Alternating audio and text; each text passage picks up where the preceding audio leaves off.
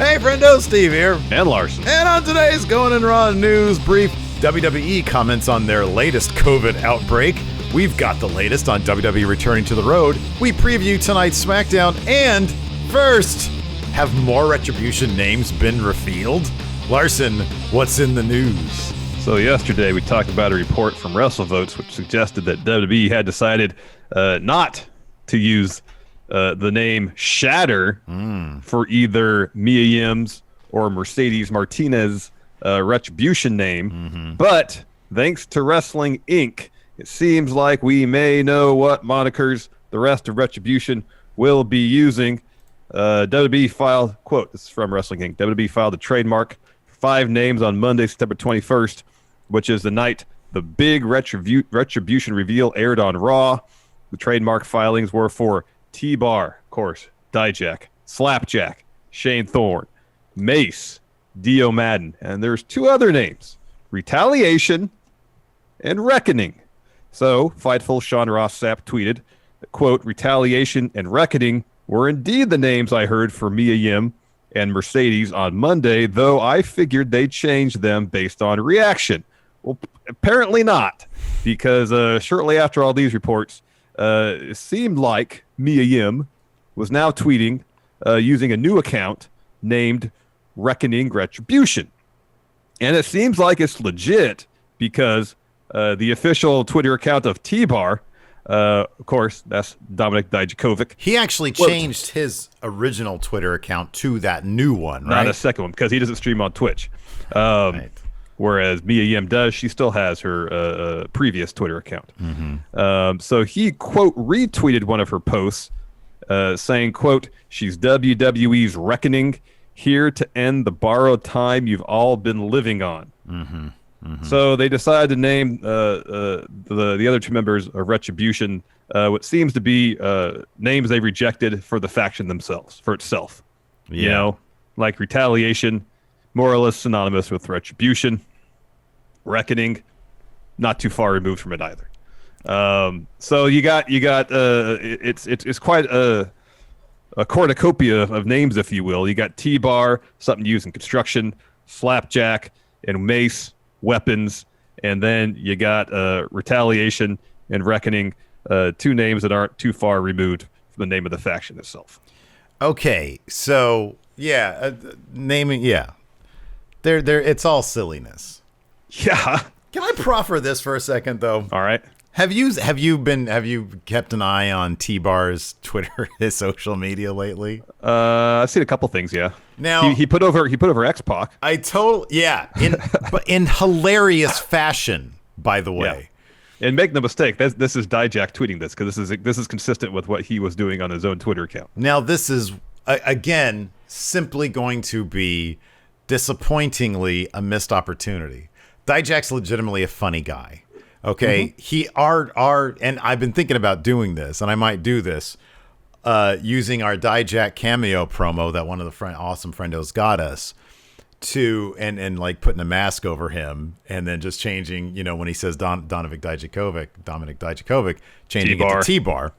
Yeah, he's a funny guy, and what have we seen with being the Elite and Mr. Brody Lee, and what could be the original version of Retribution, the Dark Order, because everybody crapped on the Dark Order until they started doing these, until Brody came along. They started doing these great skits. They were building personalities. They were building up, how they were power ranked against other members of AEW's roster. T-Bar Dijak as T-Bar could totally get over doing this kind of stuff if the WWE let him, and that's a massive if. That's basically a non-starter. But this thing, if they're not going to do that. This thing doesn't have to be dead on arrival. This could be really good stuff and could get over because I'm just looking at his Twitter account right now. He's got a picture of the bar, right? It says the at WWE is disgusting cesspool of greed and corruption, and its superstars will all be obliterated by #Retribution, especially these 2. They're not even a team anymore. He says there's a new T-Bar in town, and there's no room for confusion. if he were to in some... Every one of his funny tweets in my mind, I can just see him on his phone doing it and like laughing to himself, and giggling. like Mansoor's in the room so or something, because they do all that, like the live stream stuff together. If we were in front of, if we had crowds back, and he somehow made this into a more high profile thing, his comedy being in line with this whole, ridiculous Retribution thing, I could see it starting to get over. And if it's of course, it's the kind of thing where he gets it over. It's not the original way they intended it to get over, so Vince would squash it. But exactly, because he probably has a very specific vision of what he wants this to be, and Dijak cracking wise ain't it? Sadly, yeah, I know, because I think it'd be great. I know. If they allowed them all to revel in the ridiculousness of what this is, and kind of poke fun at it, it could be outstanding. But again, they won't do it. Like he tweeted it. He tweeted at Alvarez, because Alvarez always tweets out the ratings for AEW and NXT. T-Bar tweeted back at him, AEW 800 whatever, NXT 699, and then T-Bar 1.57 million. And he tagged Alvarez in it. That's funny. It's hilarious. I mean, he responded to a WrestleVotes, the WrestleVotes tweet about the masks. Direct quote, it didn't go over well. It was laughter backstage, and he tweeted, he quote tweeted it, said, "Yet here we climb, the fire rises." That's just great. That's great. So I don't know, man. We both understand that it's going to be the vision that Vince and Bruce and whoever else wants it to be. And so it's probably just going to be dead in the water. But, regardless with this kind of stuff, Dijak is going to find, with the bigger platform, he's going to find a bigger audience. And that audience will, stick by him. It'll be like worst case scenario, it'll be like a Damian Sandow situation. You know what I mean? But he might take that audience. If Damian Sandow had that same reaction, but now he would totally take that over to AEW. It's just he found other interests. I know he's currently I think the national champion in NWA. NWA, yeah. But yeah, I don't know. I mean, it's for Dijak, you can't help but say this dude's going to run with this and he'll be fine. It's just a shame that WWE probably, given their history, won't have his back. Yep, totally. So, we talked about earlier this week, I believe, more COVID in WWE, specifically at the Performance Center. So following those reports, WWE issued a statement about the latest round of positive tests within the company. This is what it said, quote, "As part of ongoing testing protocols, WWE completed a second round of weekly COVID-19 testing on Tuesday. Individuals that tested positive will quarantine for 14 days, receive medical care, and then will only be cleared when they are symptom-free and test negative.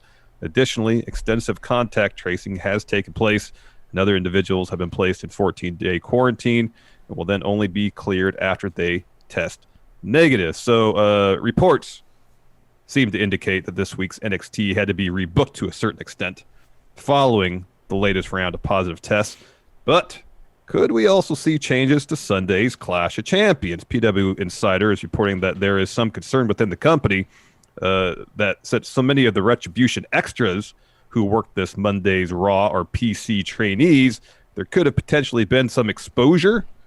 I don't know if anybody amongst those extras tested positive, had some exposure to main roster talents, and if any positive tests occur between now and Sunday, it could potentially alter the card of Clash of Champions. Yeah.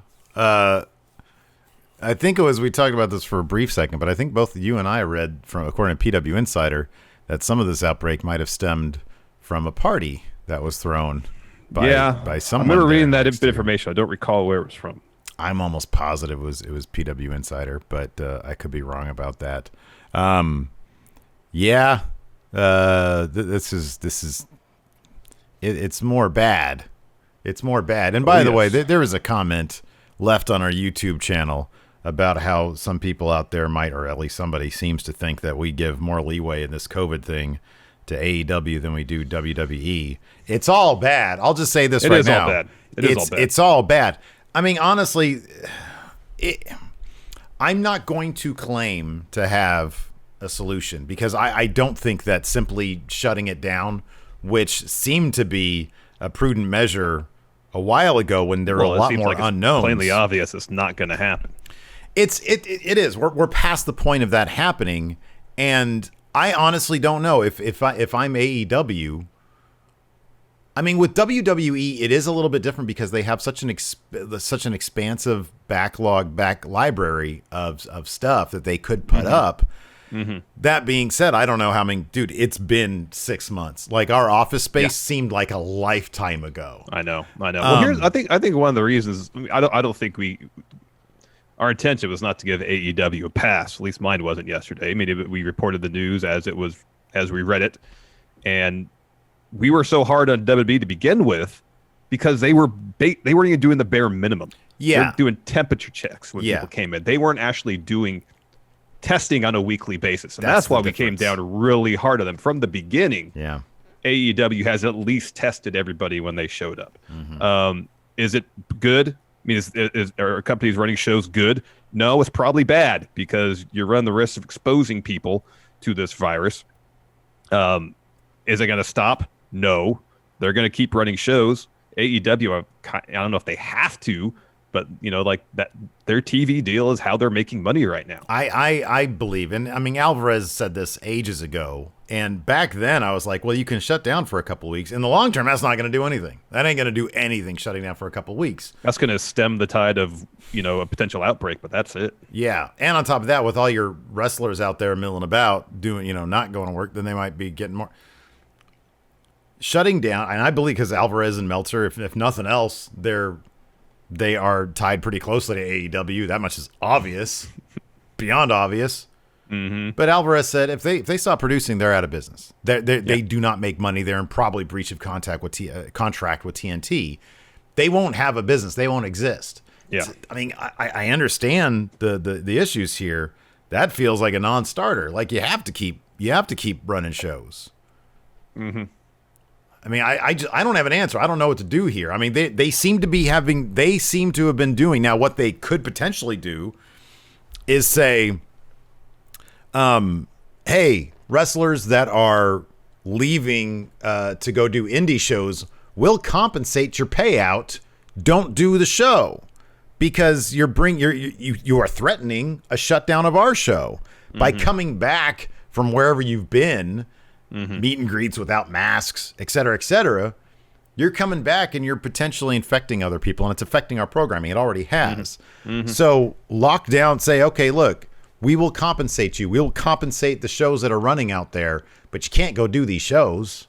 Mm-hmm. And I don't know if contractually they're even allowed to do that. I don't know if they're allowed to tell the wrestlers they can do that. I doubt if the language in the contract is, so long as your prohibitive. Dates aren't on I know. North American television and don't conflict with AEW dates, you're pretty much free to do what you want. Or they could, unless they go back in and renegotiate the deal for the next year and both parties agree to it. That's the other thing. They could give them this. I hate to say this is an ultimatum, but give this. Okay, if you're going to go do indie shows, if you don't want to take our offer of compensating you and not doing them, then you're off TV for a couple of weeks while you quarantine.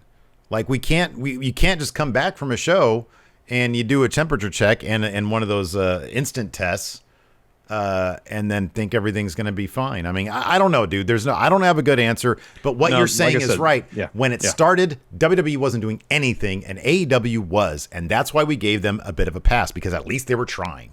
So there you go. It has nothing to do with what we feel about the quality of their shows. I've been really open about the fact that NXT is my favorite wrestling on TV. You've been open about the fact that AEW is your favorite. Mm-hmm. We're fans and nothing more. So there you go. Yeah, totally. But yeah, there's no good answer. It's all bad. It's all bad. Speaking of bad, what better time than now apparently for WWE to hit the road? Yeah. In the midst of all these positive COVID tests. So WrestleVotes reported a couple weeks ago that WWE was looking into the possibility of running shows at outdoor venues this fall after their deal with the Amway Center expired at the end of this month. We could be seeing the Thunderdome, Steve. Now, inside the ropes is Gary Cassidy is reporting that, quote, with their contract with the venue set to expire next month, WWE talents have been told tentative plans are in place. Start traveling again. Cassidy continues.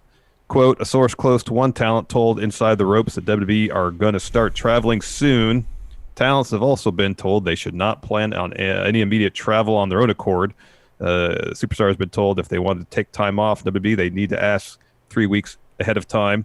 And then another source noted to Cassidy that, quote, while preparation for a move from Amway is happening right now, no firm decisions have been made as of yet regarding potential future locations. So this is the second, maybe actually the third round, serious round of positive tests within WWE for this COVID. Mm-hmm. Do they think hitting the road is going to like alleviate that? If anything, the potential is there to make it worse. I don't know what the I don't know what the I mean, you could speculate all day, but internally I'm not sure what the priority would be in this situation. I mean clearly from the outset it wasn't taken seriously.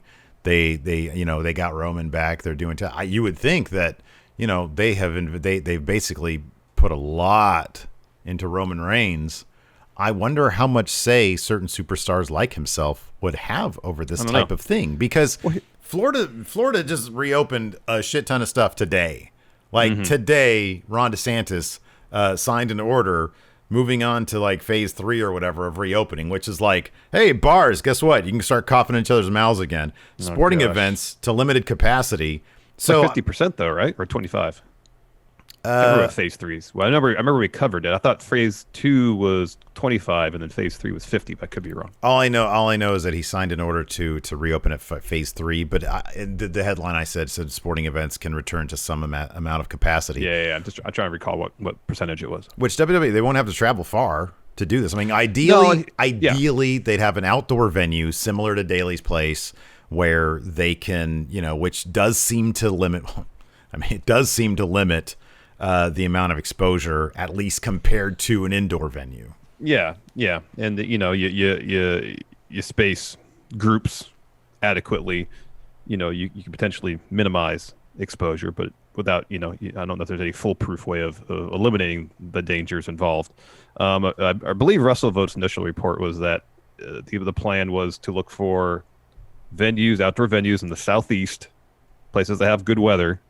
And the idea was to do both Raw and SmackDown in the same location, but I don't know if that's on a weekly basis. Mm-hmm. Like they'll go to Tampa, for example, do a SmackDown Friday, Raw Monday, and then on to Miami. Mm-hmm. Same thing. Back to Orlando, maybe. Up to Tallahassee, maybe Atlanta. Yeah. I don't know exactly what the plan is. I mean, the verbiage in the initial report from WrestleVotes made it seem like it could be either they're running different cities each week or a series of the same cities each week, or they're just doing essentially what they're doing now in Orlando, but just at an outdoor venue where they can have fans. I don't know. Yeah, we'll find out soon enough, I'd imagine. We've got a SmackDown tonight. Should be a fun one. I've been enjoying SmackDown lately, to be honest with you. I like all the stories going on. Show. This should be fun. Roman Reigns set for an in-ring interview. We've both been big on Roman Reigns since his return. That should be fun. He's been really good. I got Jeff Hardy and Sami Zayn going head-to-head before Clash. Oh, that was fun last week it was Sami Zayn and AJ Styles. This should be really fun, too. I really like this program here. And then Alexa Bliss to take on Lacey Evans after last week's Sister Abigail attack. Alexa Bliss is totally going to win that one.